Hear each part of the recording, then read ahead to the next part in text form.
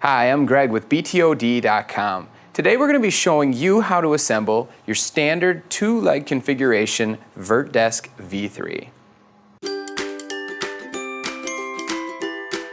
We're now ready to go ahead and start the assembly of our two-leg VertDesk V3 configuration. The first thing we want to do is pull out our paper instructions. You can go ahead and turn to page number 3. And then we'll go through the items that are required for assembly. At the top of the list, you'll see the first thing is a cordless drill. We highly recommend using a cordless drill. You can use a hand screwdriver, but it will take much longer, and so you'll definitely want to get your hands on a cordless drill to speed up the process. The next thing is a tape measure, and then you'll see letter C is a number 2 Phillips head driver bit. This can be used throughout most of the assembly process, connecting the frame to the surface, but we would highly recommend, again, you see here D is a number 2 square head driver bit. That is, again, going to make the process much easier when you're driving the wood screws into the surface, connecting our frame to our surface.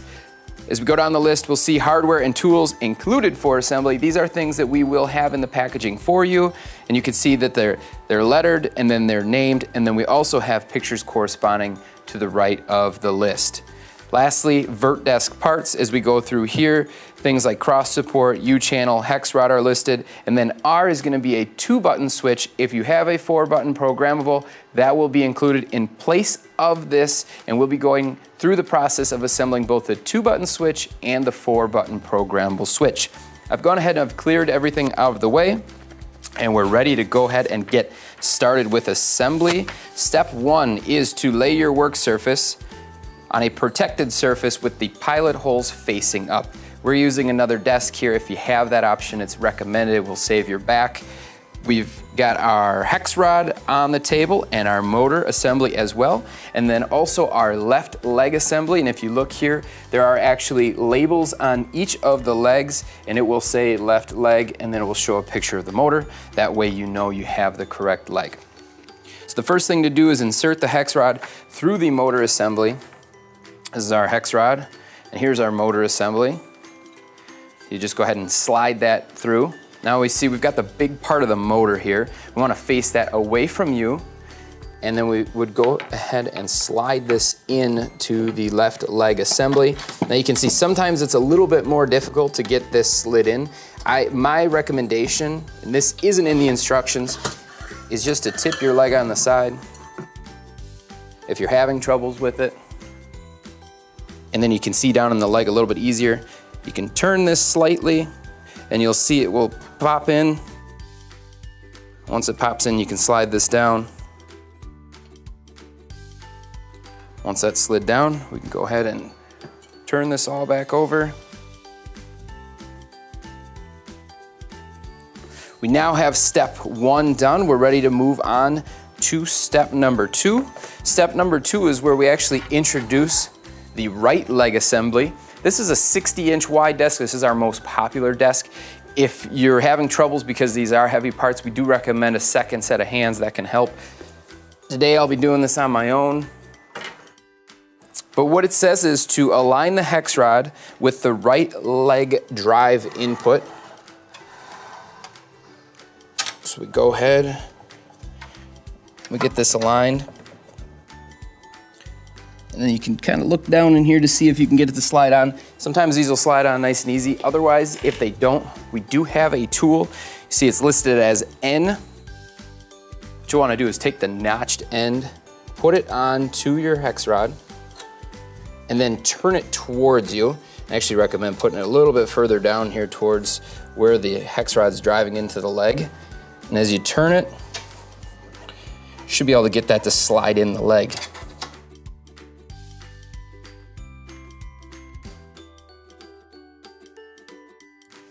Okay, and then you can see we've gone ahead and we've got that slid into the leg. Now the next part is to make sure that we have our pilot holes aligned once everything is inserted into the legs. We're now ready to move on to step 3. Step 3 is going to be tightening the motor mount to the leg. And so we'll go ahead and we'll take the hardware here. It's listed as F, these bolts, and then we've got some locking washers listed as G. Put the locking washer on the bolt. Put it on the second bolt. And then you can actually just hand screw these in to get them started.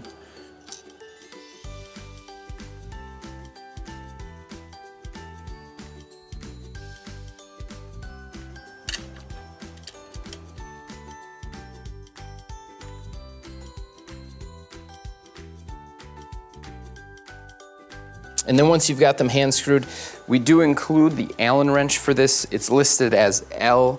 It's the slightly larger Allen wrench. And we can go ahead and fully tighten them down.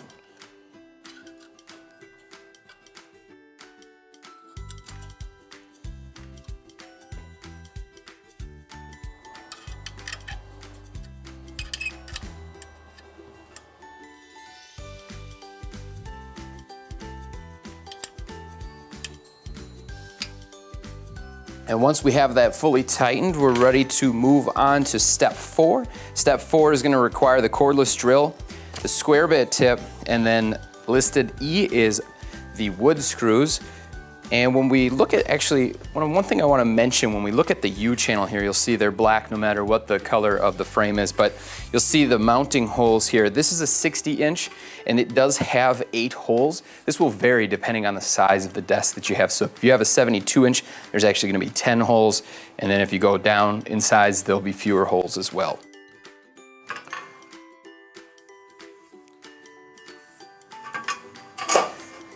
And it is directional. That's one thing that we want to make sure that we take note of. You can see here too, the holes where are closest to the end. You can see on the other side, they're further away from the end. Closest to the end is going to go towards the motor.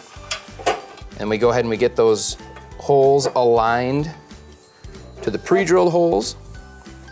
And we're ready to take our wood screws.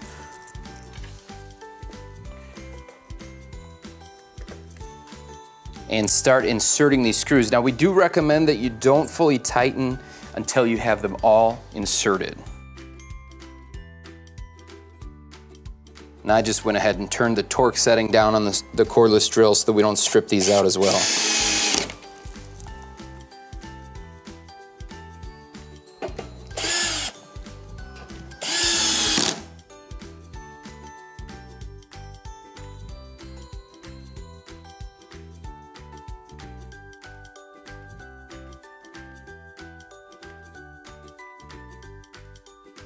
Now before we move on to step 5, we want to go ahead and make sure we fully tighten all of the screws.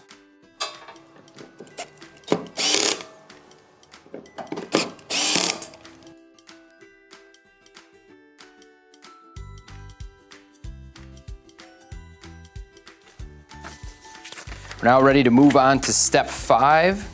Step 5 is going to require us to get the cross support and then slide that on to both of the legs. So we've got our cross support here.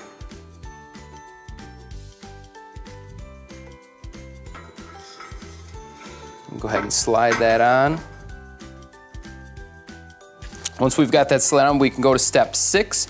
6 is going to be installing the J and K hardware. It is the bolt and then a locking washer, and then we'll be using the Allen wrench that's labeled as M. We do not want to fully tighten these until we go through the process here a little bit further. So we can just go ahead and hand screw these in.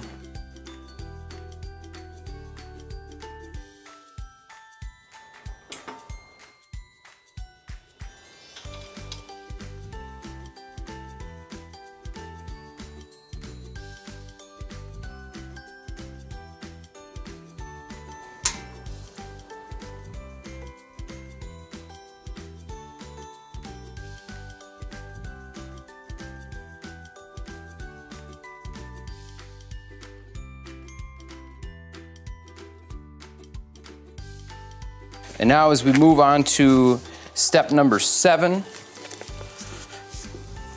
we're gonna wanna go ahead and get some more of the E hardware, which is the wood screws, and attach the legs to the actual work surface at this point.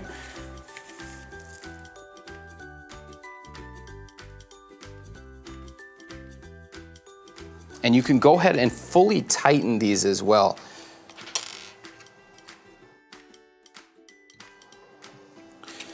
Now, one thing I like to do personally, I like to kind of start them in the corners before I fully tighten all of them.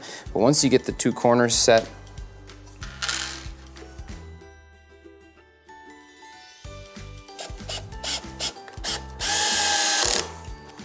you can go ahead and fully tighten. Make sure all of your pre-drilled holes are still in sight.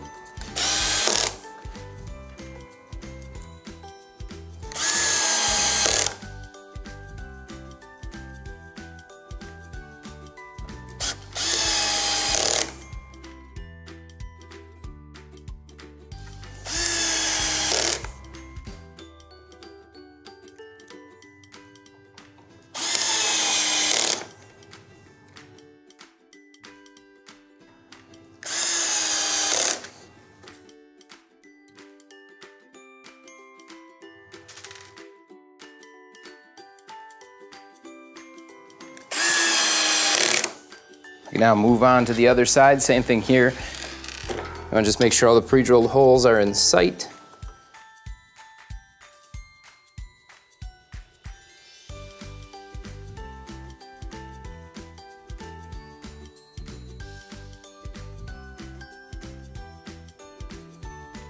Once we've completed step 7, we're ready to move on to step 8. Step 8 is going to be fully tightening the bolts here on the cross support.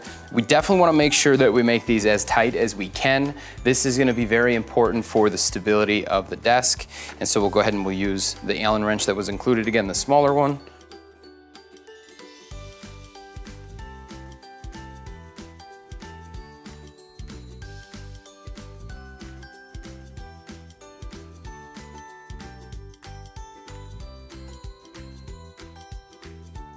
Once we've tightened the bolts on the cross support, we're ready to move on to step 9. Now, step 9 is where we have the programmable switch and the standard 2-button switch assembly.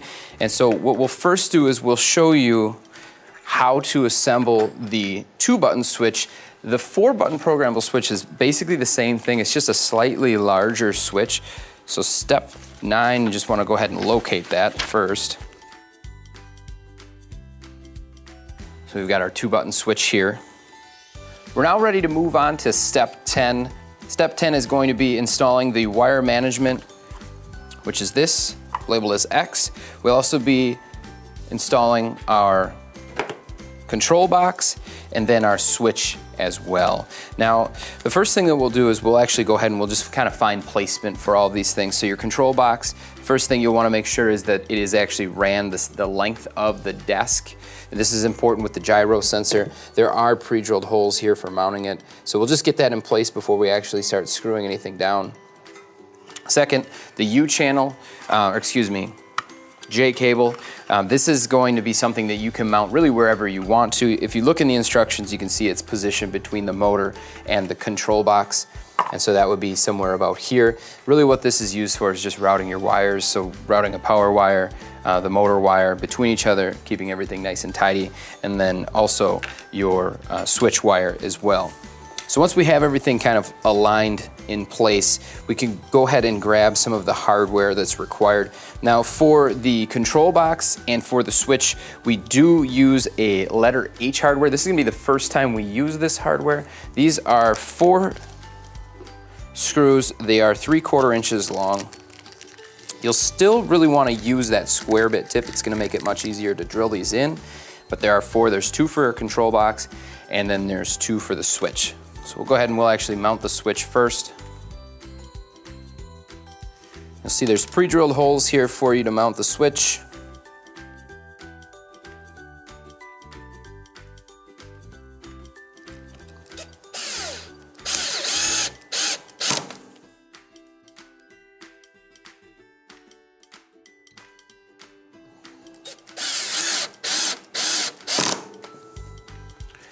So the switch is mounted.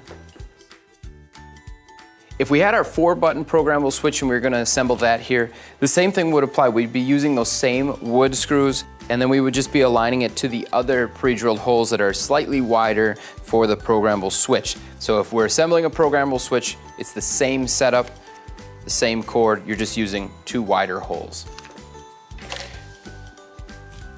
We're now ready to mount our control box. We'll be using those same screws.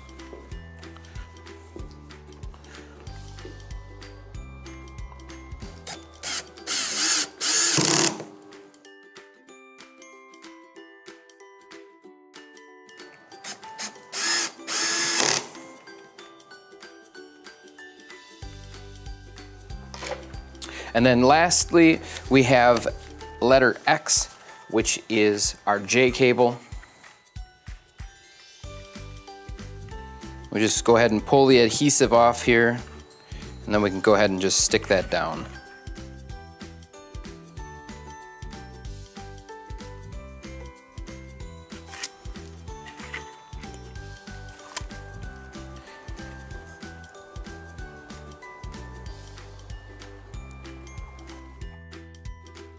Now that we've got our J cable attached, we're ready to go ahead and run our wires. The first thing we'll do is we'll run the motor wire. And it does have a black mark. That black mark should face up. This rectangle plug can plug right into the control box. And then next we'll take our switch plug. Go ahead and get that plugged in. And then we can run our wires into the J cable to clean things up a little bit here.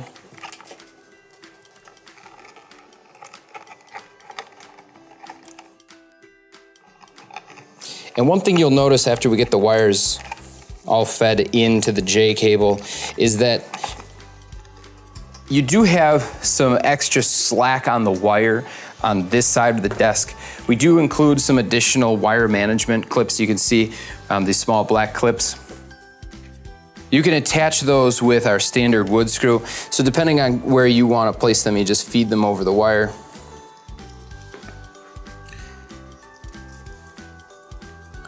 And then you could attach them nicely here to clean up the wire and remove the additional slack from the switch wire. And once we have everything all plugged in, we're ready to go ahead and flip the desk back over and start up the operation.